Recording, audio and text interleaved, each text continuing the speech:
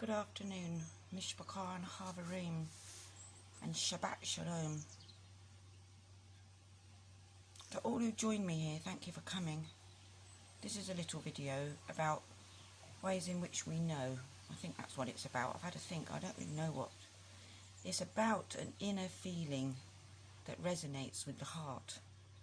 It sends goosebumps head to toe. And it's like confirmation before my eyes. So I get a lot of this, so I thought I'd just share something with you that was so clear.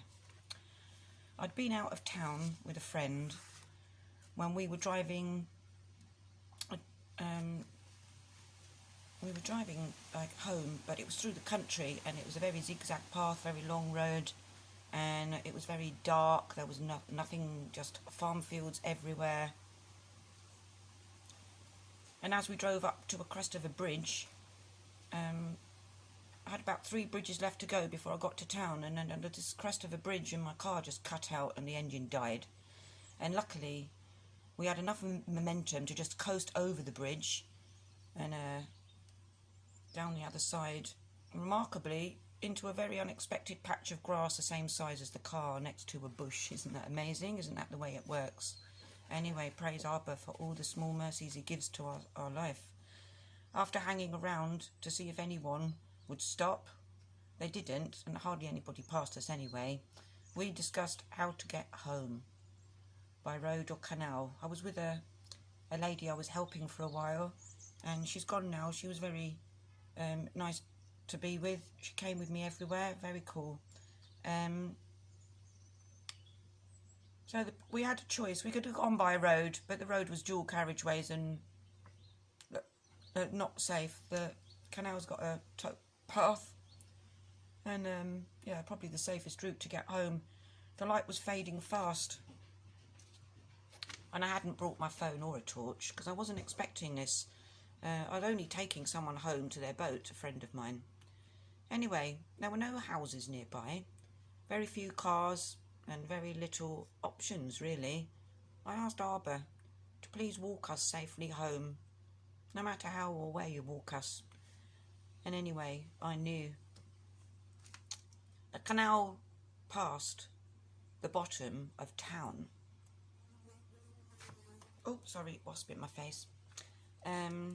So if I follow the canal path, then I know that if I go right, I'm going to head for town. If I go left, I'm heading out of town.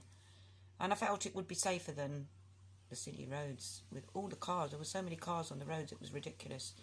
Tallulah, the lurcher dog that you see in various videos, was in for an unexpected treat. A 4-hour hike in the middle of the night. On the towpath, we approached the first bridge, and a passing couple told us town was straight ahead.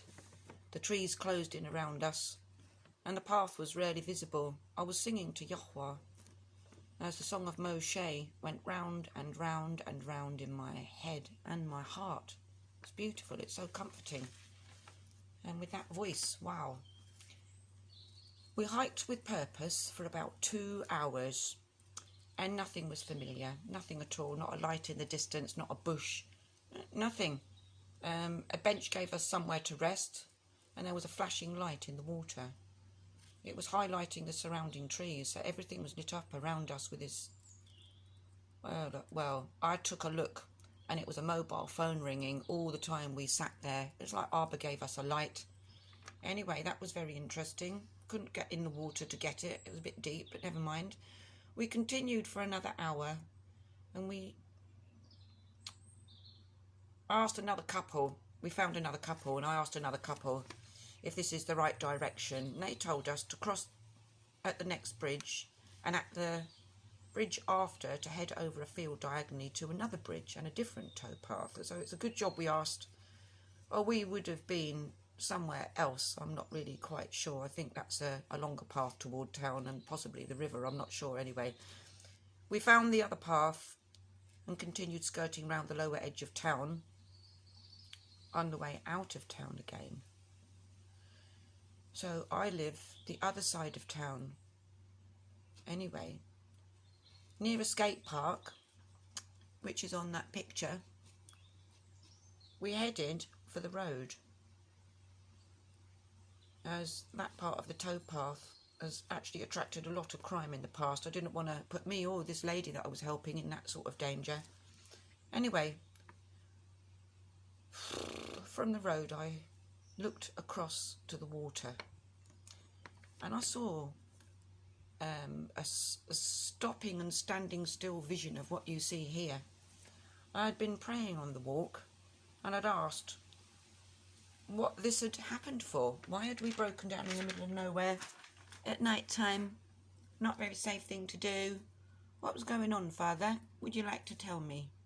So anyway, this was the painting that turned up in the next 2 weeks. I just did a little bit at a time. First I did the orange dots, then I did the lights, then I did this tent. I remembered a tent. I thought I better put what I kind of saw in the sky. So the Nun and the moon are not, the cloud of Nun and the moon are not what they looked like, but it's just to show you what was going on in my head. They did look a bit like that, not like that. Not very good at painting. This is a painting. These things come out of nowhere. Anyway, you tell me what you think. I looked back.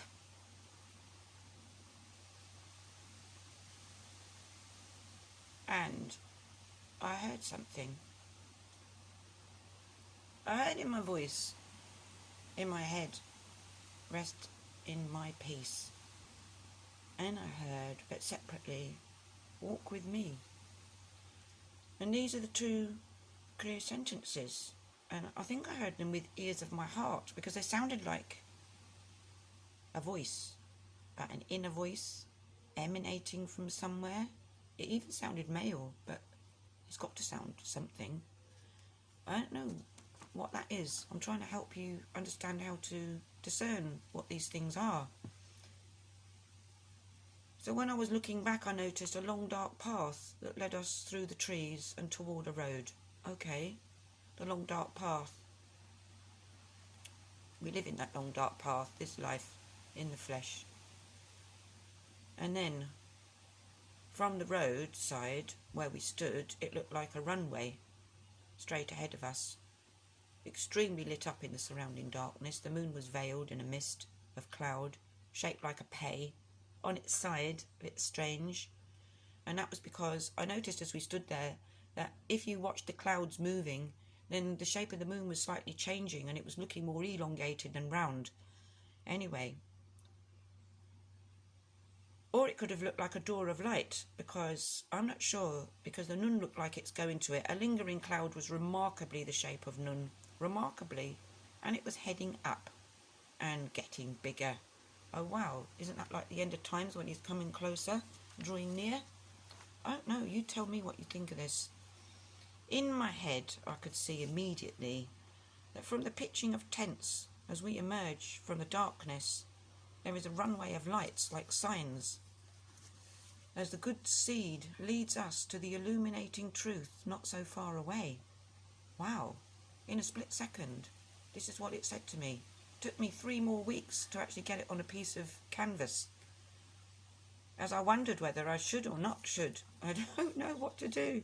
Anyway, then I looked at the path and the road, and the road we were now on, and ahead of us was a junction, and the visible whole path resembled the yod of his hand taking us home safely with him, his works, his actions, him doing it, and us being yoked to him, and he is walking us through. We'd been in his hand the whole time, even the car breaking down gave the dog an excellent walk, and all done with ease and no worry or fear, only trust and peace in him. That's rather beautiful. But anyway, it was like forced relaxation on a warm, bright, peaceful night. Nothing I would have planned, nothing at all. I don't do long walks because my legs and my hip joints hurt. So, you know, it's evident in every day of my life that he knows us. He knows me much better than I know myself. He knows us better than we know ourselves. And me and the dog and my new person that I was helping thoroughly enjoyed ourselves. Isn't that amazing? His way is amazing. He speaks to us through everything. This is what I'm trying to tell you. The signs are everywhere, and for all to view, not just me. I explained this to that girl when she was standing there, and she knows nothing about how we think in the mishpachah and the fellowships, and she was quite excited. That's cool.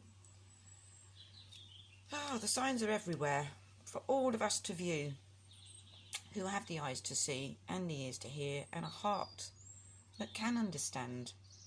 So, walk in his rest as he comforts you, and trust his direction and timing, as he will keep you safe. That's what the whole thing said to me, really. So I'd like to say thank you, Abba Yahweh, our Kodesh Elohim, for marking us and calling us out, for turning our attention to you and bringing us together as family. You are our light and the lamp by which we walk. In you is our hope and our truth and our expectation, because you are truly the way, the truth and the life. Thank you for the invitation and the compelling and all the confirmation, dear beloved Father. Oh, and mishpachah, thank you for the mishpachah, thank you for my garden, thank you for each day. Thank you for everything you have us contemplate, Father. Thank you for being with us, so close that we can't lose you, and we don't get worried about you losing us in the darkness. Thank you for the darkness and all the light you shed upon it. I can't wait to meet you, Father. Through Yeshua I pray, in Yahweh, Yahweh our Kodesh Elohim, Yahweh Echad. Amen. Thank you for joining me here for my little art splurge. I hope you enjoyed this video, and I hope it resonates with your heart. Onward and upward, Harvarim, Mishpachah. There's a beautiful blue sky up there somewhere, if we can get the camera that high.